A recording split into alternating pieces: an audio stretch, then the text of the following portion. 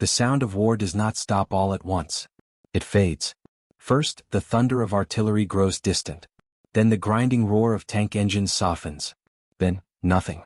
In the late summer of 1944, across the rolling fields and broken roads of France, something unthinkable happened to the most aggressive army in Europe. Not defeat. Not ambush. Not resistance. Stillness. Steel columns that had raced across hundreds of miles now stood frozen. Dust settled on tank hulls that had not cooled in weeks.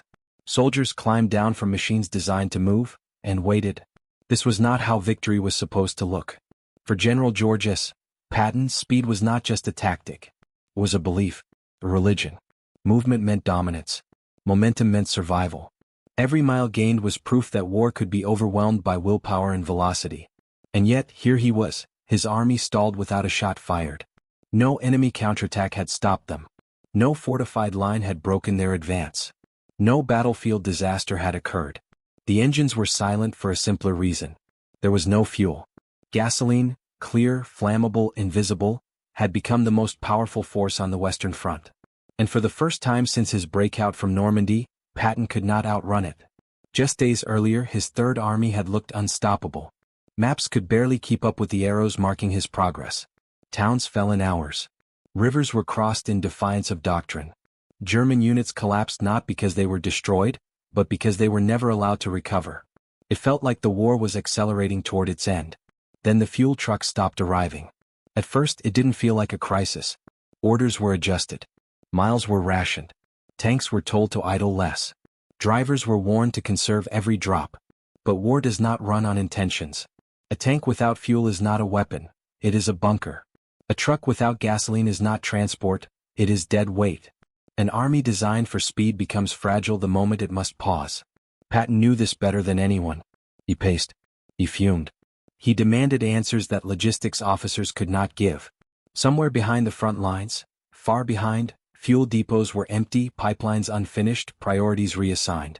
The war beneath the war had caught up. Soldiers sensed it before commanders admitted it. When engines no longer started on command. When patrols were canceled not for danger, but for lack of gas. When the question stopped being where do we attack next, and became how far can we go at all? The silence spread unevenly. One unit stalled while another crept forward. Momentum fractured into isolated pockets of motion surrounded by stillness. And still the enemy watched. German forces, battered, retreating, disorganized, began to notice something strange. The relentless pressure eased. The fear of constant pursuit faded. Time, war's most precious currency, was being handed back to them without a fight. All because of fuel. This was not a failure of courage. Not a failure of strategy. Not even a failure of leadership. It was the collision between ambition and reality. Patton had pushed modern warfare to its limit, and crossed it. The very success of his advance had created a problem no battlefield brilliance could solve. In the coming days, arguments would erupt between generals. Decisions made far from the front would determine who moved, and who waited. And Patton, the apostle of speed, would be forced into a war of patience. But in this moment, before explanations, before blame, there was only the quiet. A quiet more dangerous than artillery. Because when an army stops moving, history holds its breath. And sometimes, it changes direction. Europe in 1944 was a continent in motion, but not harmony. Roads built for carts now carried steel monsters weighing dozens of tons. Medieval bridges groaned under engines never meant to cross them. Villages that had stood unchanged for centuries became crossroads of empire overnight. The land itself was exhausted. Fields churned into mud by tracks. Forests scarred by shellfire. Rivers swollen not only by rain but by wreckage, vehicles, bodies, the debris of retreat and advance layered together. This was the world Patton raced through. From the hedgerows of Normandy to the open plains beyond, the geography transformed as quickly as the war. What began as claustrophobic fighting among stone walls and sunken lanes suddenly exploded into space that begged to be exploited. And Patton did exactly that. His army moved like liquid metal, flowing through gaps, bypassing resistance, ignoring tidy front lines. He believed the enemy should never be allowed to rest, regroup, or think. War in his mind was not a sequence of battles, but a single, uninterrupted chase. But Europe was not empty. Every mile forward stretched something invisible behind him. Distance. Fuel depots remained anchored to ports and beaches far to the west. Pipelines lagged behind the pace of conquest. Trucks ran endless loops across bombed roads, burning fuel just to deliver fuel. Victory expanded the map faster than the supply system could redraw it. What looked like freedom on a commander's map looked very different on the ground. Drivers slept beside their vehicles, waiting for orders that depended on gasoline they hadn't seen in days. Mechanics cannibalized immobilized machines to keep others moving. Infantry marched past tanks that could no longer follow, icons of modern power reduced to silent statues. And still the land kept asking for more. Every river crossing required fuel. Every detour burned fuel. Every mistake multiplied fuel loss. The terrain did not care about strategy. Hills demanded horsepower. Mud swallowed momentum. Cities forced reroutes through narrow streets never designed for armored columns. The faster Patton moved, the more Europe resisted, not with weapons but with reality. Behind the spectacle of liberation were human currents moving the opposite direction. Civilians fleeing ruins. Prisoners stumbling eastward. Refugees clogging roads needed for supply convoys. War had turned geography into competition. And fuel was the entry fee. From the air the advance looked triumphant. Arrows surged forward on situation maps. Headlines spoke of collapse and retreat. Commanders spoke of endings. But beneath that surface ran a quiet arithmetic. Every tank required hundreds of gallons a day. Every truck multiplied the demand.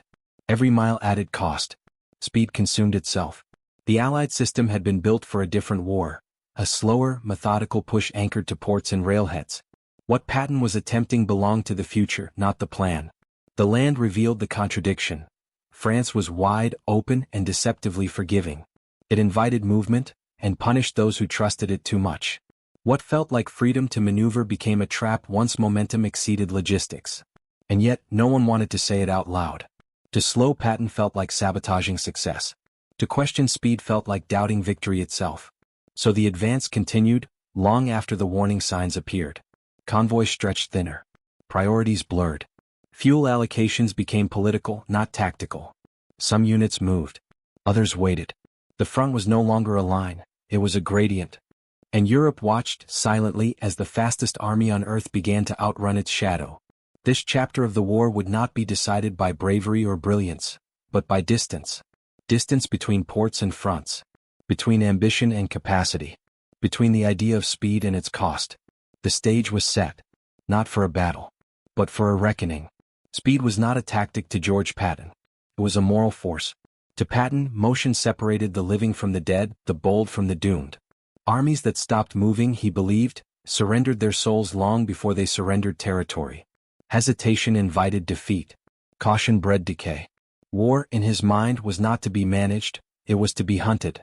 From the moment his Third Army burst out of Normandy, Patton became the embodiment of that belief. He drove his men relentlessly, not because they lacked courage, but because he feared what would happen if they ever paused long enough to doubt. Sleep was optional. Orders were constant. Movement was everything. He demanded marches that broke regulations, river crossings that ignored doctrine, advances that staff officers warned were unsustainable.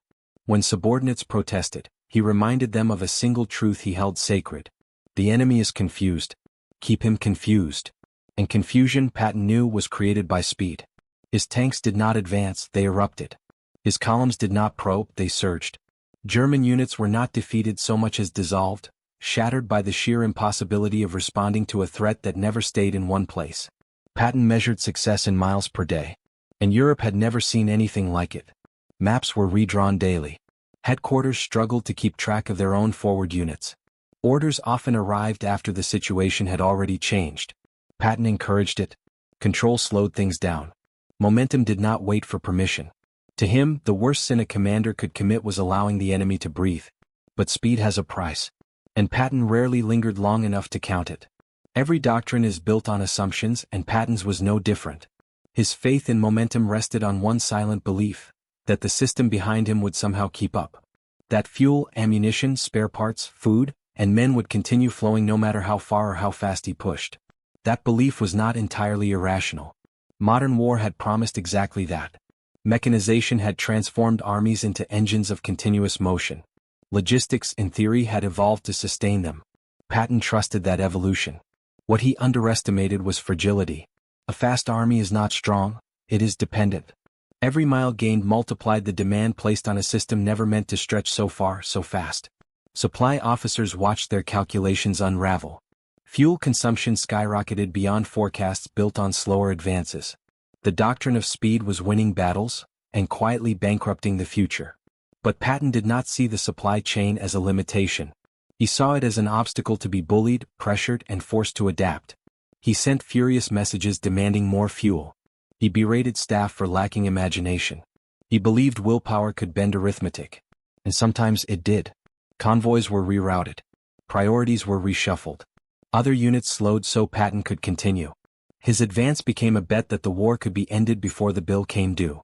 It was a dangerous wager. Because speed creates blindness. When everything is moving forward, warning signs appear behind you. When victory feels inevitable, doubt looks like betrayal. Patton's personality amplified this effect. His certainty was contagious. Officers absorbed his confidence. Soldiers internalized the urgency. Stopping felt wrong.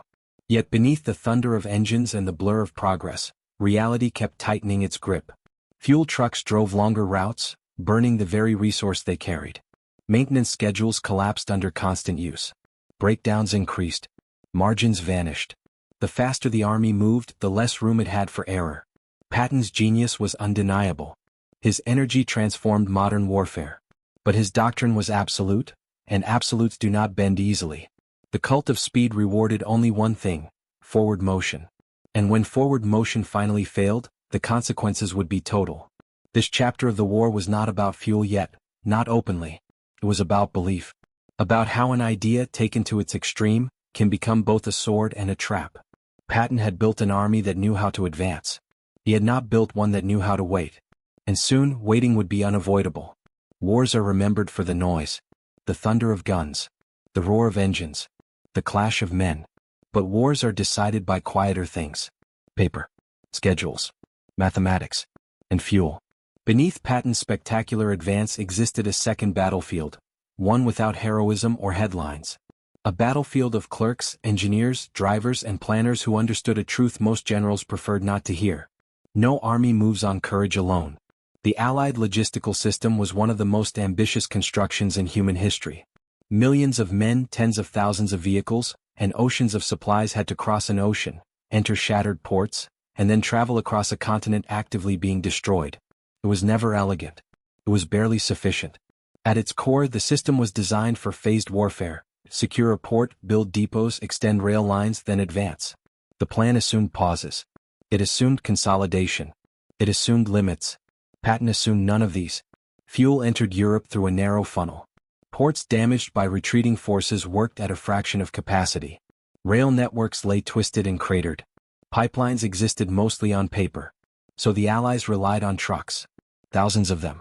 Endless columns of fuel trucks ran day and night, driving west to east, east to west, over roads never meant for such punishment. Drivers slept beside engines still warm. Breakdowns were routine. Accidents were constant. And every mile a truck drove burned fuel just to deliver fuel. It was a system consuming itself. At first the math worked, barely. But Patton's speed bent those calculations until they snapped. Consumption rose faster than delivery. Distance grew faster than infrastructure. Logistics officers sent warnings up the chain. They spoke in numbers, not emotion. They explained that fuel stocks were thinning, that reserves were vanishing, that priorities would soon need to be chosen. Their words moved slower than Patton's tanks. High command faced an impossible question: who gets to move, and who waits? Fuel was finite. And the front was no longer unified. Multiple armies advanced simultaneously, all demanding the same lifeblood. Every gallon sent to Patton was a gallon denied elsewhere. This was not cowardice. It was triage. The system began to ration motion. Fuel allocations became negotiations. Decisions once made on tactical grounds shifted to political ones. Speed was no longer rewarded automatically, it had to be justified. And justification takes time. The problem was not incompetence. It was scale. Modern warfare had outgrown its own assumptions. Mechanization promised unlimited movement, but only if the invisible spine behind it remained intact. That spine was bending. Fuel dumps emptied faster than they could be refilled. Emergency measures were taken, diverting supplies mid-route, siphoning reserves, stretching safety margins to nothing. Still, it wasn't enough. The deeper Patton pushed, the more he demanded the system perform miracles repeatedly. And logistics, unlike generals, do not thrive on miracles. They thrive on margins. By late summer, those margins were gone. For the first time, planners realized something unsettling. The war was being won faster than it could be supplied.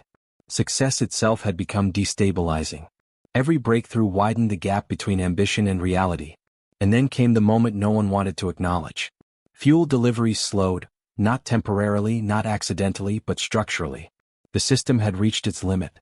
No speech could change that. No order could override it. No amount of belief could refuel a tank. The war beneath the war had reached its own front line. And it did not move. Patton's advance had not failed yet. But it was no longer inevitable. The machinery that sustained speed was grinding under its own weight.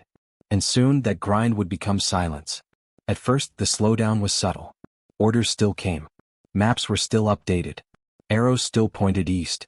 But something in the rhythm of the advance began to stutter. Fuel convoys arrived late. Then incomplete. Then not at all. Commanders adjusted without complaint. They shortened objectives. Reduced patrols. Chose which units would move, and which would wait. No one called it a crisis. Not yet. In war, hesitation often masquerades as discipline. Patton's army had been conditioned to move without pause. Now it learned to inch forward, calculating every mile as if it were gold. Engines idled less. Marches were planned with painful precision. Speed became selective. The lifeline had stretched too far. Every gallon burned at the front now represented dozens consumed behind it. Trucks driving longer routes, detouring around destroyed bridges, navigating roads choked with refugees and wreckage. The system was no longer supporting momentum. It was chasing it. Patton pushed anyway. He ordered advances that assumed fuel would appear because it had to. He believed the system would respond to urgency, that necessity would generate supply. In the past, it often had. But this time, necessity had arrived late. Units began to stall unevenly. One battalion surged forward while another sat immobile. Tanks formed clusters of stillness surrounded by empty countryside. What had been a fluid front became fractured. And fractures invite danger. German commanders noticed the change. The constant pressure that had denied them time began to loosen. They found moments to regroup, to dig in, to plan. Even brief pauses felt like gifts. The enemy did not need to defeat Patton's army. They only needed to wait. Inside the Third Army, tension grew, not from fear of combat but from helplessness. Soldiers trained to advance now stood guard over machines that could not move. Crews rationed fuel with obsessive care, knowing that one unnecessary maneuver could mean total immobility. War had shifted its rules without announcing it. Momentum, once automatic, now required permission. From fuel officers, from planners, from a supply system already exhausted. Patton sensed the change instinctively. His messages grew sharper. His demands more urgent. He pressed higher command for priority access to fuel, arguing that his army could end the war if allowed to keep moving. He was not entirely wrong. But speed, at this stage, competed with strategy. Other fronts mattered. Other commanders made claims equally urgent. Fuel became leverage. The lifeline snapped not in one place but everywhere at once. What made the moment so dangerous was its invisibility. There was no catastrophic explosion. No single order that halted the advance. Just a gradual realization spreading through the ranks. We are no longer in control of our movement. That realization changes behavior. Caution replaces boldness. Initiative gives way to calculation. Aggression becomes conditional. The Third Army had not lost its fighting spirit, but its freedom. And freedom, once lost, is difficult to regain. This was the turning point where Patton's greatest strength, relentless forward pressure, became a liability. Every plan assumed motion. Every instinct demanded advance. But the battlefield had imposed a new rule. You cannot move faster than what sustains you. The advance had not failed yet. But it had crossed a threshold from dominance to dependency. And dependency is fragile. Soon the silence would no longer be partial. It would be complete. The most dangerous crises in war are not announced. They do not arrive with explosions or alarms.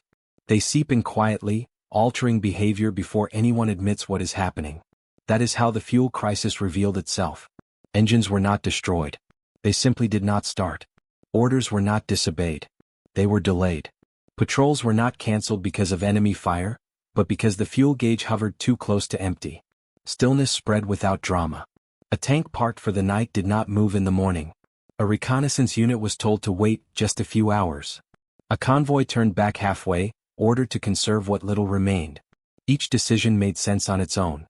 Together they formed paralysis. This was the cruel irony of modern war. The most mechanized army in history was being stopped by something invisible, odorless, and finite. Gasoline.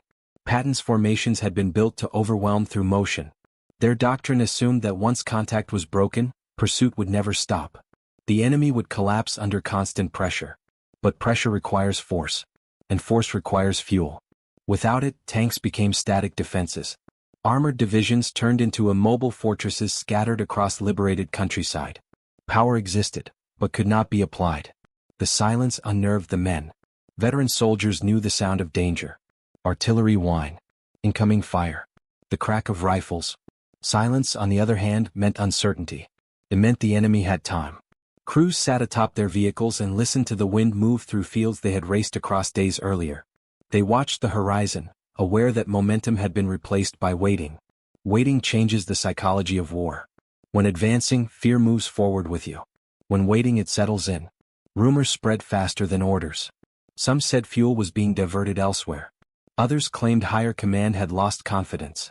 A few whispered that the war might stall entirely. No one knew the truth because no one wanted to say it out loud.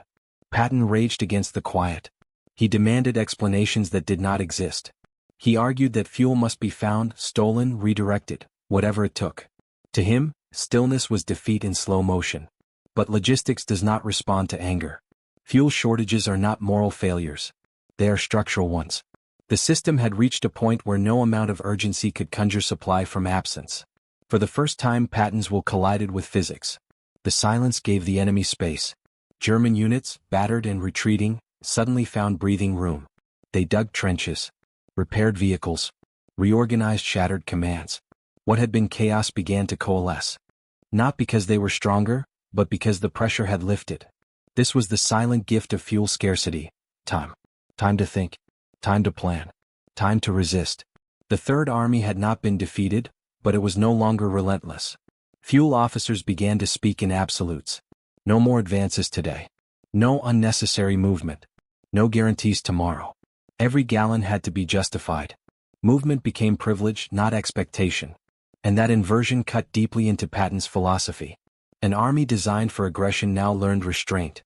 Units trained to exploit opportunity were forced to ignore it. Windows opened and closed without action. The crisis did not explode. It tightened. Each hour of stillness deepened the problem. Momentum decays quickly. Restarting it requires more energy than sustaining it ever did. Engines that sat idle required maintenance. Plans grew obsolete. The war's tempo slipped out of Patton's grasp. And all the while, the battlefield remained deceptively calm. No collapse. No retreat. Just waiting. This was the true danger of the silent crisis. It did not look like failure. It looked like a pause. But pauses in war are rarely neutral. They belong to someone. And Patton knew, instinctively, painfully, that this pause was no longer his. For a brief window in late 1944, the war entered a strange suspension. Not peace. Not stalemate. But possibility. Maps showed armies closer to Germany than anyone had predicted. German forces were retreating, fractured, uncertain. The road ahead, while dangerous, was open in ways it would never be again. And yet the engines did not move. This is the moment to stop and ask the question history rarely allows. What if this had been the end? What if the war had not continued as it did, not because of defeat or resistance, but because of something as mundane as fuel? Imagine the consequence of stillness becoming permanent. Imagine Patton's advance never restarting. Imagine the enemy gaining weeks, months, to recover, to fortify, to counterattack. History is often taught as inevitability. As if victory unfolded according to plan. As if momentum could not be interrupted. But standing in this moment, nothing was guaranteed. The war was balanced on logistics, not heroism. The outcome depended not on bravery at the front, but on decisions made far behind it. On which convoys moved. Which units waited. Which commanders received priority. If fuel had not returned, if the system had failed entirely, the narrative of the war would read very differently. So pause here. Consider how many turning points in history arrived without spectacle, without speeches, without decisive battles. Consider how often outcomes hinge not on dramatic confrontation, but on absence. No fuel. No movement. No pressure. In this quiet gap between action and inaction, the future remained undecided. And history waited to see whether silence would become collapse, or merely an interruption. For the men on the ground, the fuel crisis did not arrive as strategy. It arrived as waiting. Tank crews slept beside vehicles that had carried them across half a country, now reduced to silent steel shelters. Drivers leaned against wheels, counting cigarettes instead of miles. Officers studied maps they already knew by heart, knowing none of the arrows mattered without gasoline. The war had trained them for violence. It had not trained them for stillness. A tank without fuel is not neutral. It is heavy, exposed, and useless. Crews knew that if the enemy found them, escape would be impossible. Engines that could not start meant turrets that might never turn in time. So they listened. They listened for distant engines that were not theirs. They listened for footsteps in the dark. They listened for orders that might never come. Morale does not collapse instantly. It erodes. Confidence thins. Certainty gives way to speculation. Soldiers who had believed they were riding the momentum of history now felt stranded by it. They asked questions no one could answer. Why now? How long? Fuel officers spoke carefully, avoiding promises. Soon became the most dangerous word in the army. It sounded hopeful, but it carried no meaning. Some men tried to stay busy. They cleaned weapons already spotless. They checked engines they knew would not run. Routine became a way to deny reality. Others simply waited. Waiting forces reflection, and reflection is not always kind. Soldiers began to replay the advance in their minds. The reckless pushes. The near misses. The moments when speed had saved them, and the moments it nearly killed them. Now speed was gone. The silence made everything louder. Wind through grass. Distant artillery elsewhere. The creak of metal cooling at night. Without motion, time slowed. Drivers, the unsung spine of the army, felt the crisis most sharply. They had driven endless hours under blackout conditions, dodging wreckage and shell fire, only to be told there was nothing left to deliver. Trucks stood empty, engines off, drivers grounded by the same scarcity they had spent weeks fighting. They understood the cruel paradox better than anyone. Fuel was being burned just to chase fuel that no longer existed. Infantry units adapted differently. Some dug in. Some relaxed too much. Discipline softened at the edges. A war that had felt unstoppable now felt negotiable. And that was dangerous. Patton's presence lingered even when he was absent. His doctrine had shaped how these men thought. Movement equaled safety. Pressure equaled dominance. Waiting felt wrong, almost immoral. But waiting was all they could do. Letters home grew cautious. Soldiers avoided promising anything. The confidence of earlier weeks faded into something quieter, more uncertain. They sensed, without fully understanding, that something fragile had been exposed. Not weakness in themselves. Weakness in the system. War had promised them modern efficiency, endless supply, unstoppable advance. The fuel crisis revealed the truth beneath that promise. They were powerful, but dependent. And dependence breeds vulnerability. The enemy did not attack immediately. That absence became its own threat. Soldiers began to imagine what might come next. Counterattacks. Encirclement. Being overrun while immobilized. Fear did not explode. It settled. Yet even here, something endured. Camaraderie deepened. Crews shared rations. Jokes returned, darker now, sharper. Humor became armor against uncertainty. Men reminded each other that wars had pauses, that this one would pass too. Hope survived, but it was no longer loud. When fuel finally arrived in small amounts, it did not feel like relief. It felt like permission. Permission to believe again cautiously. Permission to think forward. But none of them forgot the waiting. Because waiting had taught them something battle never had. That modern war is not only fought at the front. That courage cannot move steel without supply. That the most powerful machines ever built can be rendered helpless by absence. And that sometimes, survival depends not on advancing, but on enduring stillness long enough to move again. The fuel crisis did not stay on the battlefield. It traveled upward. Into headquarters. Into meetings. Into arguments where maps replaced men and gallons replaced bullets. What had begun as a logistical strain now became a battle of authority. Patton believed movement was destiny. He believed that if his army was allowed to continue advancing, the enemy would collapse before winter, before regrouping, before the war could harden again. To him, fuel was not a resource to be rationed. It was a weapon to be deployed decisively. He demanded priority. Not politely. Not cautiously. Demanded. Messages flew between commands, sharp and impatient. Patton argued that every gallon diverted from his army prolonged the war. He framed speed as salvation, delay as betrayal. He was not subtle and he did not intend to be.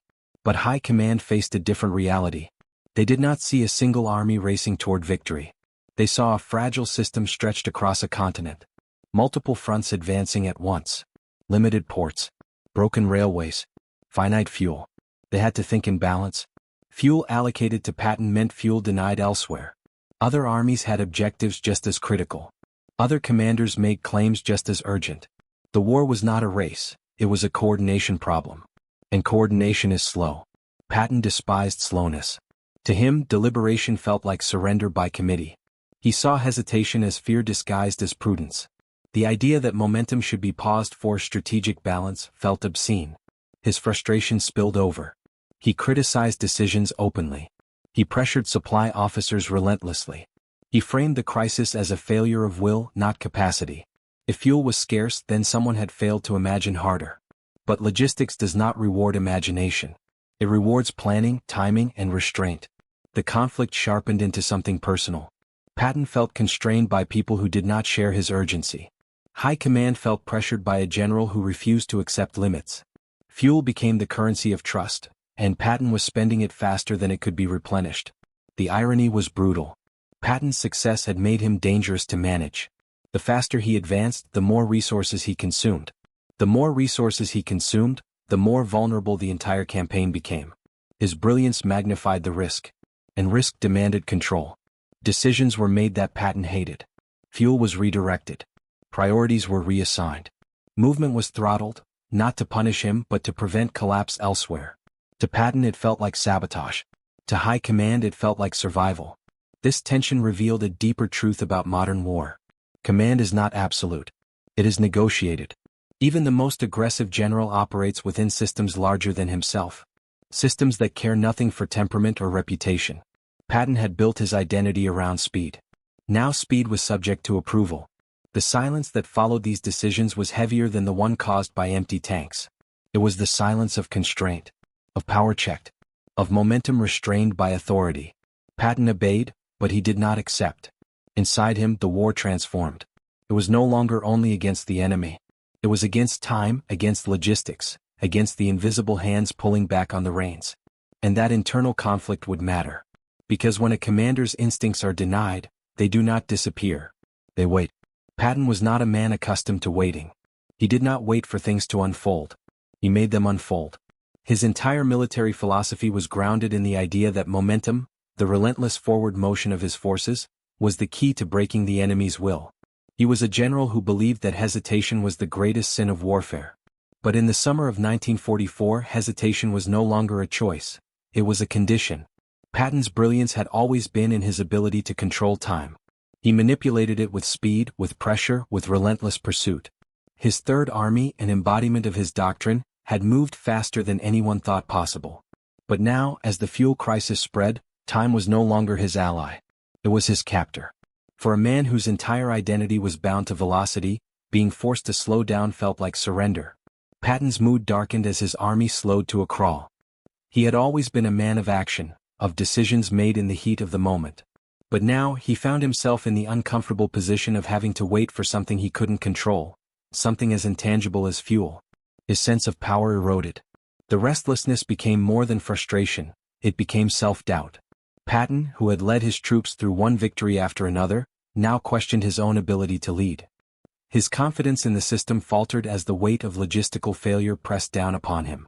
The very thing that had made him a legend, his speed, his aggression, had become his greatest vulnerability.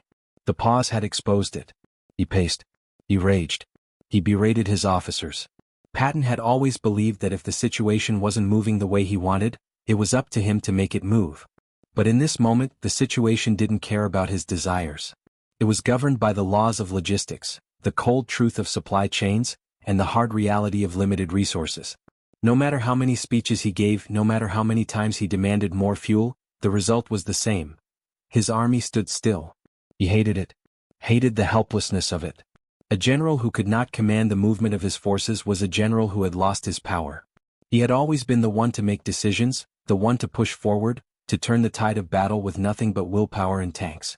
But now, Patton was reduced to waiting for the decision of others. His fate and the fate of his army depended on factors beyond his control. It was not the enemy he feared. It was the creeping sense that the war was slipping away from him, not to the Germans, but to the mechanics of modern warfare itself. Patton's psychological strain began to show in subtle ways. His words became sharper, his decisions more erratic. He could not understand how something so simple as fuel could become the thing that undid his army's unstoppable momentum. The pause, this waiting, felt like an assault on his very identity. Patton had spent his life cultivating an image of invincibility, of unshakable confidence. But in the quiet of halted engines, that image began to crack. For the first time, his soldiers saw him as vulnerable, not because he had failed to win, but because he had failed to maintain the one thing he relied on: forward motion. The relentless push to keep moving, to keep advancing, had been his religion. He had taught his men that there was no such thing as a battle too hard to win, no such thing as a front too difficult to break through. But now he was forced to stand still, to look around and see his own forces, once a mighty wave of unstoppable power, now grounded and unsure. And Patton hated it. The truth was not just tactical, it was deeply personal. His entire understanding of war, of his own strength, had been wrapped up in the concept of speed. Without it, he felt like a machine without gears, a soldier without a battle to fight. In those quiet moments, as his army idled under the weight of inaction, Patton had to face an uncomfortable truth. He was no longer in control. His strategy had been built around an assumption that war could be won through relentless movement. But this crisis proved that even the most brilliant general could be undone by the simplest, most basic flaw in the system. And as the days stretched on, Patton began to wonder, had he been wrong all along?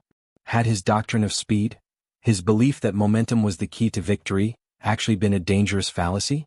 The weight of that question was heavy. It made him question not just his strategies but his purpose.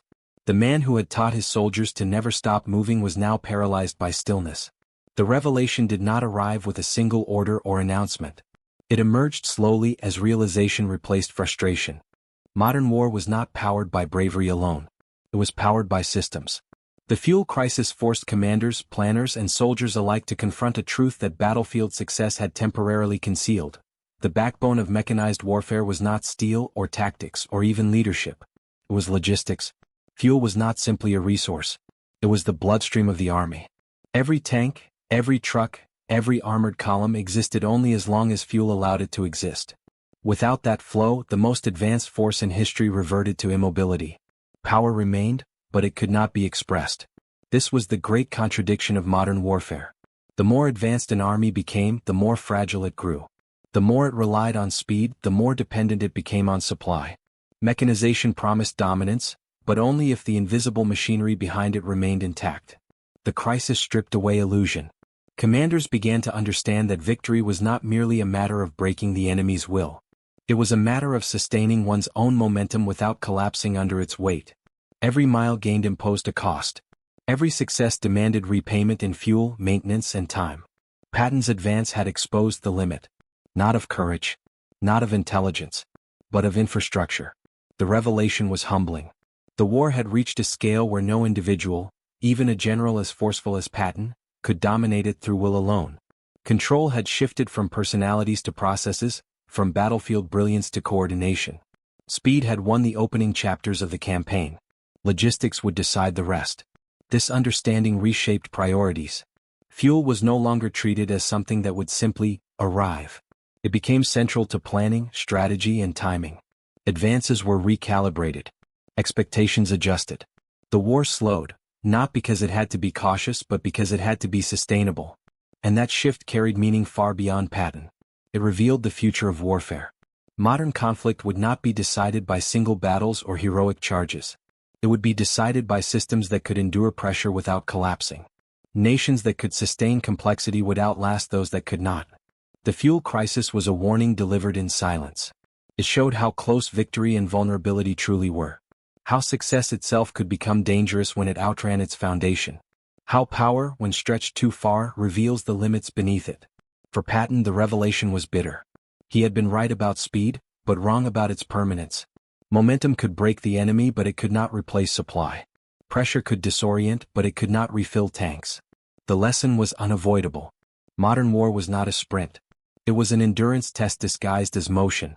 And endurance belongs not to the fastest, but to the most balanced. Fuel did return. Not in torrents. Not in abundance. But in enough measure to move again. Convoys reorganized. Pipelines extended. Priorities recalibrated. The systems, strained but not broken, adapted. Engines that had been silent roared back to life, cautiously at first, then with renewed purpose. Patton's army moved forward once more.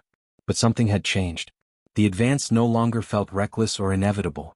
It was measured, calculated, aware of its own limits. Speed remained a weapon, but no longer an obsession. The crisis had left its mark. Momentum returned, but innocence did not.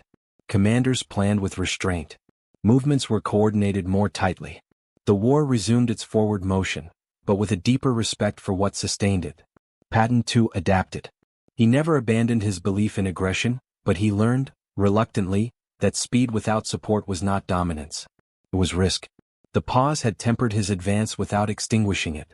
The Third Army continued its push, contributing decisively to the eventual collapse of German resistance. But the campaign unfolded differently than it might have weeks earlier.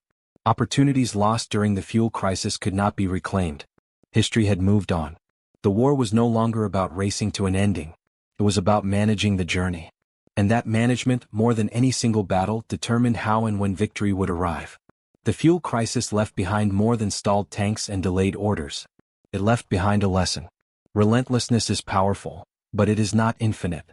Patton embodied a truth about human ambition, that speed feels like control and momentum feels like destiny.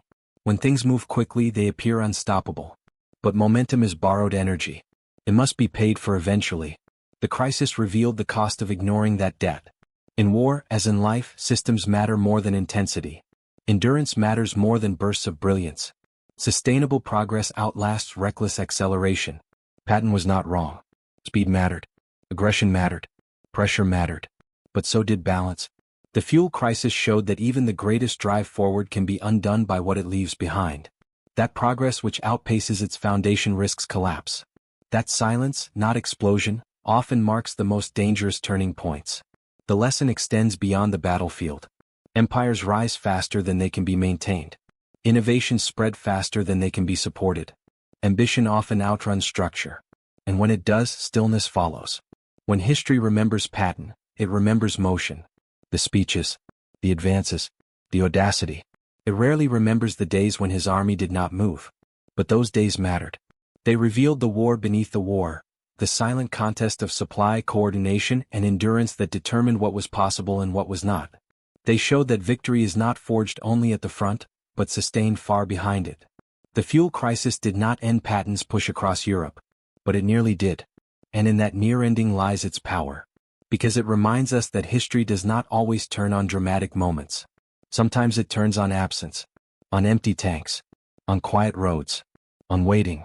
The engines fell silent, but the lesson endured.